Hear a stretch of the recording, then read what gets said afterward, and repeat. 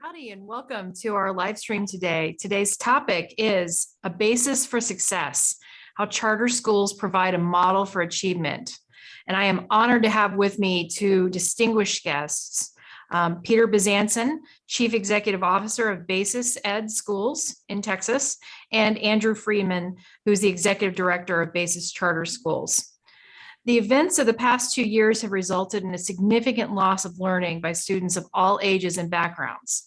As our public schools struggle to make up for lost time, more people are realizing that it's time to look towards other successful educational models for inspiration to improve our progress.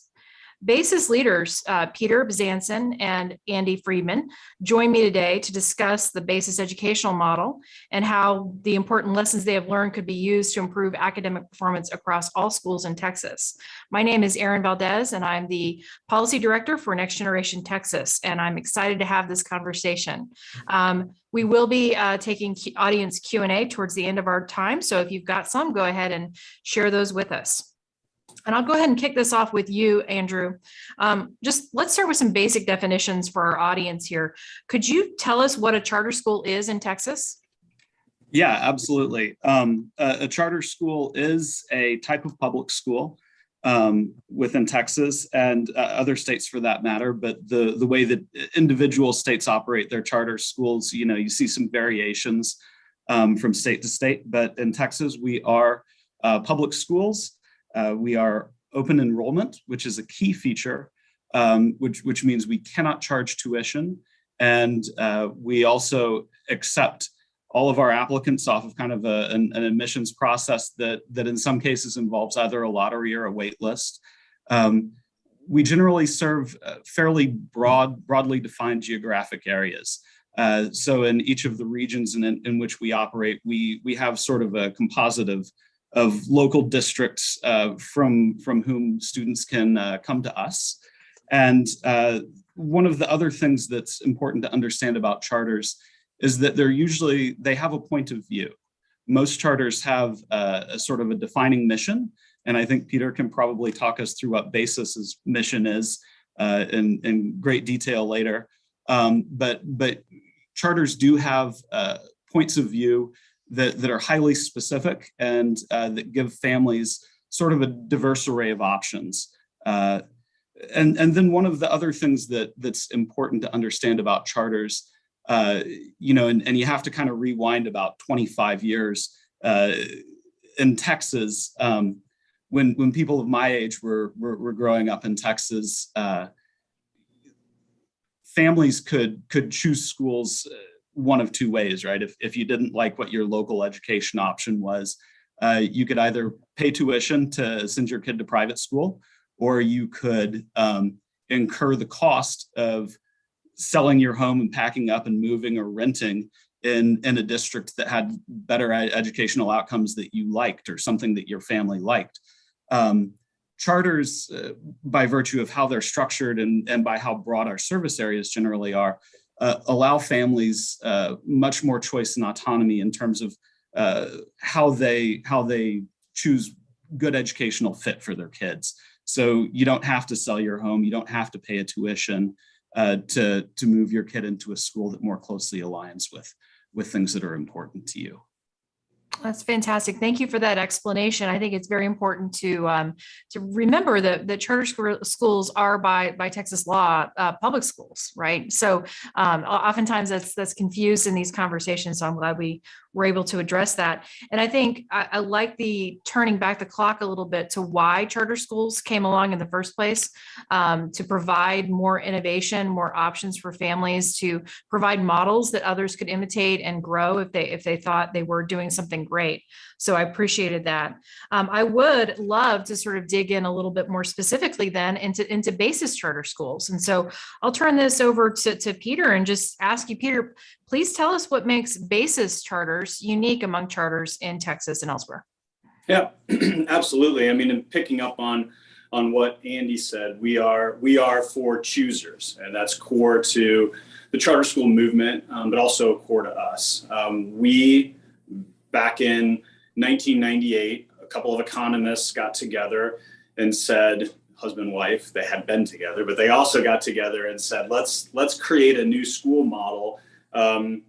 And they believed that they could write a better middle school, high school curriculum and hire more talented individuals if they looked for certain qualities than was offered in Tucson at the time. This was right at the beginning of the charter movement in Arizona. And so they wrote a charter and they had a great idea. And the great idea was, let's have an AP infused curriculum or a high stakes infused curriculum for everybody at the high school level, where teachers are rewarded for the performance of their students, where every student is encouraged to take the absolute most difficult courses that are offered in the country. And in so doing, they will be prepared to enter top tier colleges and universities and do extremely well there. Then they decided, let's create a middle school that feeds that high school. And so when we created the middle school, the idea there was, let's introduce things like high stakes testing in the middle school to prepare our students for real high stakes testing in high school. And then let's also spiral all of the curriculum. So let's not just, do systems of equations in 7th grade and move on to something else in 8th grade. And at the time we bought Saxon Math, let's find a math curriculum that spirals. There is no such science curriculum, so let's build our own science curriculum where students take biology in 6th grade, biology in 7th grade, biology in 8th grade, chemistry in 6th, chemistry in 7th, chemistry in 8th, physics in 6th, 7th, and 8th. And they just spiral at increasing levels of depth, preparing all kids in the middle school for the difficult high school curriculum. And then let's make sure they're ready by insisting that they pass competency exams at the end of each grade. So our middle schools are known for high stakes exams where students have to pass their comps at the end of the year in order to move on to the next grade level. You cannot go to the next level of difficulty if you haven't shown mastery where you're at. And then finally, we built the primary school curriculum. And we said core to everything that we've done in middle school and high school has been coupling an amazing curriculum that we wrote ourselves with really talented subject experts. And what we believed was wrong and fundamentally broken with the primary school model was one teacher teaching everything to 30 kids. So this teacher's teaching humanities and English and math and science, and that's insane. Like, who knows enough about all of those things to be able to teach it? What happens is if you only hire one person, they have to teach it at a pretty low level because they don't understand all of it, or they're saying things that they themselves don't really understand deeply. They only understand it at the surface level. So we decided we would have first graders are treated basically like middle school kids. They go to a math class where they have a math expert for math. They go to a science class where they have a science expert for science. They go to an engineering class where they have an engineer for engineering, a Mandarin class where they have a Mandarin speaker for Mandarin, and so on and so forth. So they have multiple teachers, but the kids at the primary school, you can't just take a first grader and say, go to your locker and go to your next class. That kid's going to wander around forever, right? So you need to couple that with a learning expert teacher. So every group of kids has one teacher that takes the first grade students from math to humanities to Mandarin. And that teacher also helps differentiate in the classroom. The teacher makes sure that the students are getting it. So we're able to hire subject experts for the subjects and then a learning expert who really understands child psychology. It's an incredibly expensive model, but it's an incredibly successful one. So that's what we're known for. Parents come to us, and we have a lot of first and second generation immigrant families who come to us because they want the absolute top, most rigorous curriculum that is similar to what they had from their home country before they came here. Whether that's the great education that exists in Mexico City, or in Europe, or in Asia. They want that, and they can't find it in the traditional model. And so they come to us.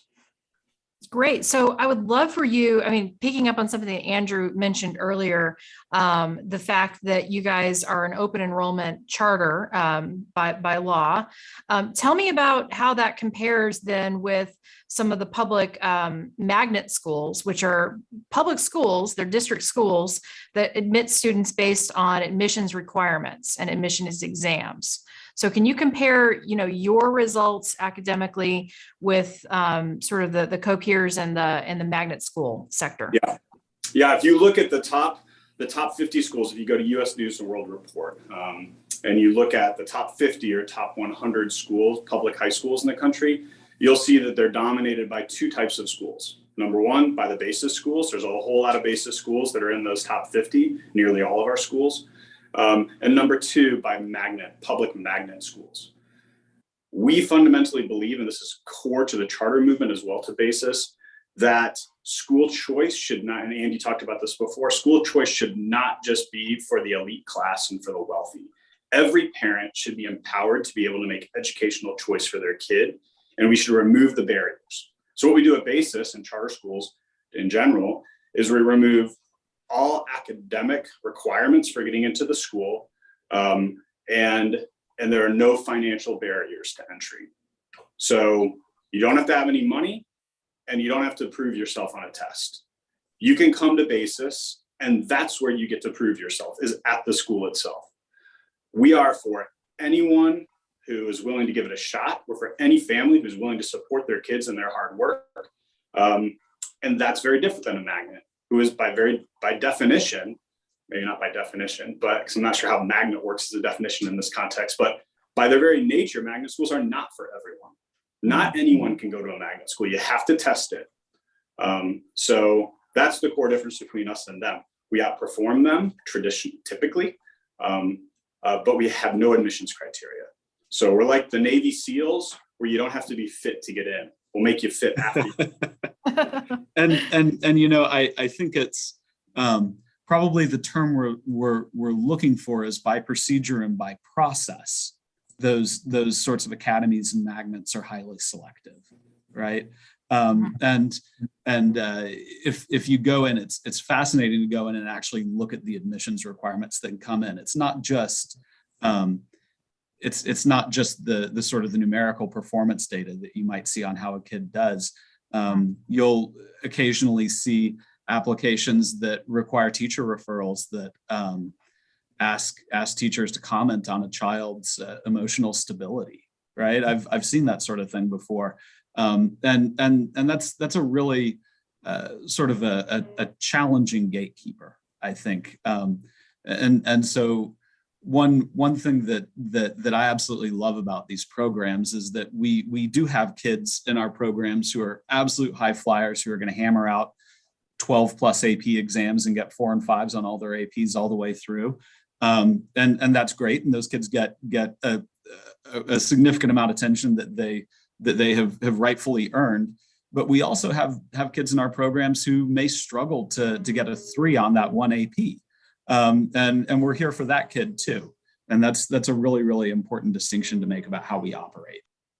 That's fantastic. I'd like to turn it over to Peter. Peter, we're hearing a lot these days about the teacher shortage and how that's affecting schools. And I'd love to hear I'm a former teacher myself, so I'd kind of like to hear you reflect on how do you find these wonderful teachers? How do you train them? How do you retain them? What is it like to be a teacher at a BASIS school? Yeah, the culture of a BASIS school is is our best leverage point in attracting top talent. So, I mean, the two core leverage points for us are, number one, the culture. Like, you get to come and teach at a school that has a laser-like focus on academics. You get to come and teach at a school where you have a much greater degree of autonomy when it comes to what you're teaching in the classroom. You get to come and teach at a school that doesn't require teacher certification, but rather requires you to be an expert in your field. So you can graduate with an engineering degree and decide you want to go spend a couple of years teaching engineering to 3rd graders, and then you want to go be an engineer. You graduate pre-med and decide you want to do biology or a capstone anatomy course or something like that for high school kids, or biology for middle school kids, and then you want to go on and be a doctor. So we have a lot, we intentionally try to hire individuals right out of bachelor's, master's, or Ph.D. programs that want to teach for a while, but then want to go on and do something else. Not all of them. Some of our teachers stay with us forever. We have a lot of 2-3 year teachers who are in it because they want to give back and they want to teach kids the things that they learned and wish they had learned earlier. And then they want to go on and work in a laboratory. So those are the leverage points that we play with in the field. We are next year hiring something like 300 teachers. So if you want a job, we will certainly interview you, but we're pretty selective. And I don't mean you, I mean like anyone in the audience will absolutely hire you, Erin, but anybody in the audience, we will interview and spend time with you and judge your subject expertise, have you do a teaching demo. We're 74% hired right now for next year. But like all schools, it is a very, very difficult marketplace for teachers. There's a lot of industry that are a lot of industries specifically targeting teachers and pulling teachers out of schools and into other industries. So it's been the hardest year for teacher hiring, the hardest 2 years that I've experienced in all of my years in this space. But what we've done is just spend more resources to solve the problem, because we have to have excellent teachers. That's the only solution. Love to hear that. So, I hear a lot about, focus on rigorous academics and a laser-like focus on outcomes for students. So, in my mind, I'm thinking of a place where everyone's sitting tightly in a row and not making any noise. And is that what your schools are like? Or can you shed some light on what it is like to walk through the halls of a BASIS charter school?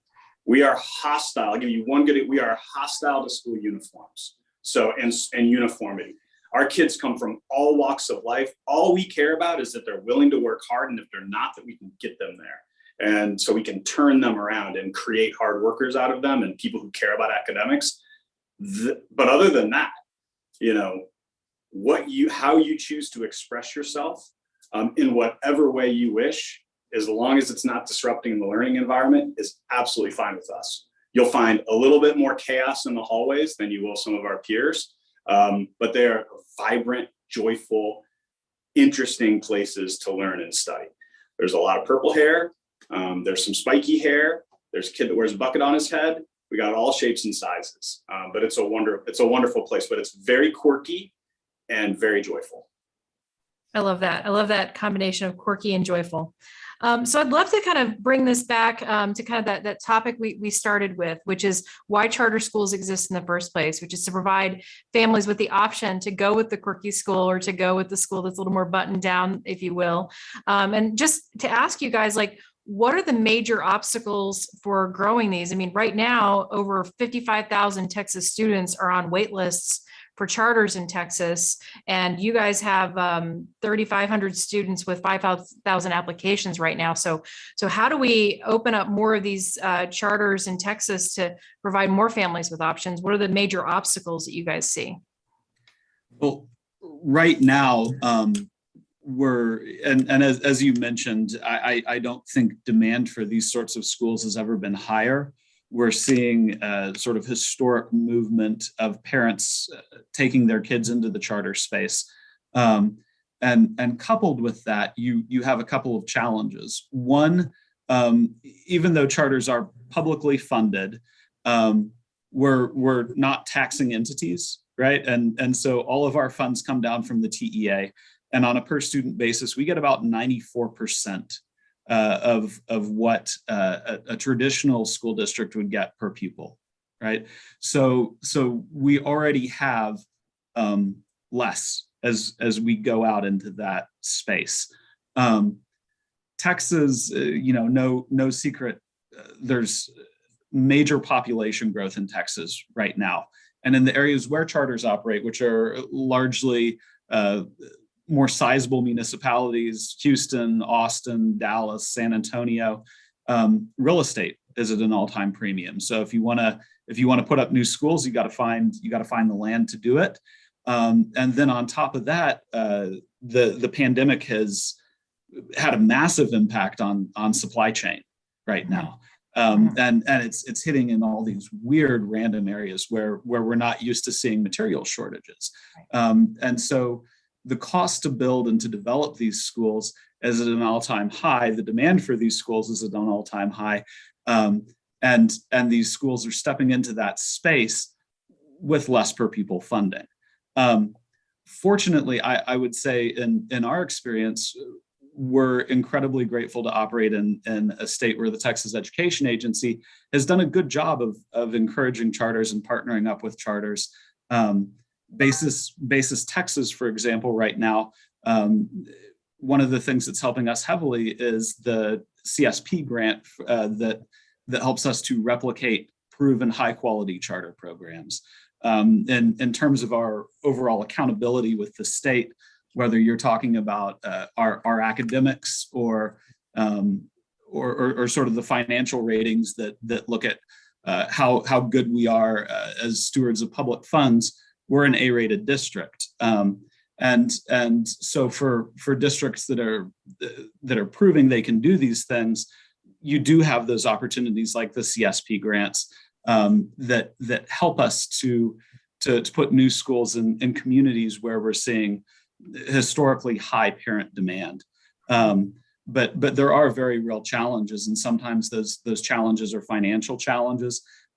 Sometimes they come down to issues where you have hostile municipalities who acknowledge that a charter school is a public school. We are public charter schools, but they don't necessarily afford us all of the same things that a traditional public school might get in terms of how it goes about zoning, those kinds of things. So there's still some pretty big hurdles to clear, and we're fortunate to be in a state where there's, I think, strong governmental support, but also strong support in the charter community as a whole towards clearing some of these hurdles and finding ways to create more opportunities for all of the families we serve. And as you mentioned, pushing 60,000 kids waiting for a charter seat in Texas. The demand is there. Kids need this, and so we're committed to doing whatever we can to help bring this model out to families. Really encouraging to hear. I'm going to ask one last question, and then we're going to turn it over to our audience if we have some audience questions. My question for y'all is, when a parent is looking for a school and they're exercising their right to find that good educational fit for their child, what are some things that you recommend they look for as they walk through the hallways of your school or other schools that will help them make those good choices for their families?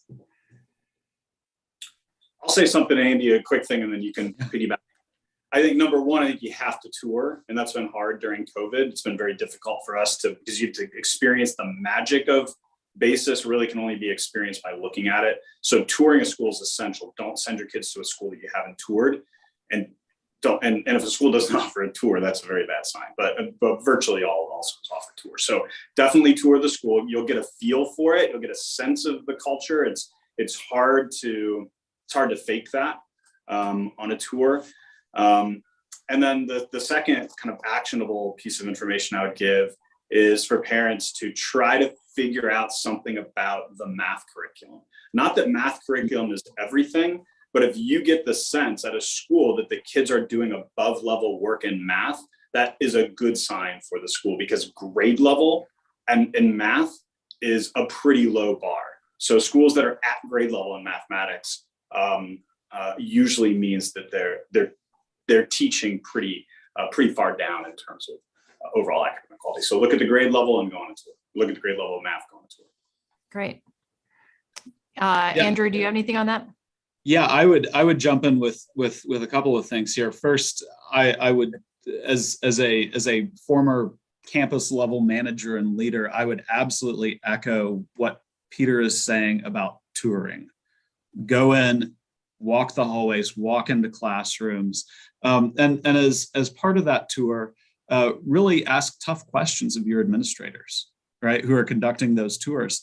Ask them about the things that are on your mind, and don't be shy about that, because there's, speaking generally, there's this just incredible diversity of charter options in Texas. And speaking for our side, if we're not a good fit for a family, we don't want to waste people's time with having them enroll in our school and come to our school and then find out we're not a great fit. So go on those tours, ask those hard questions,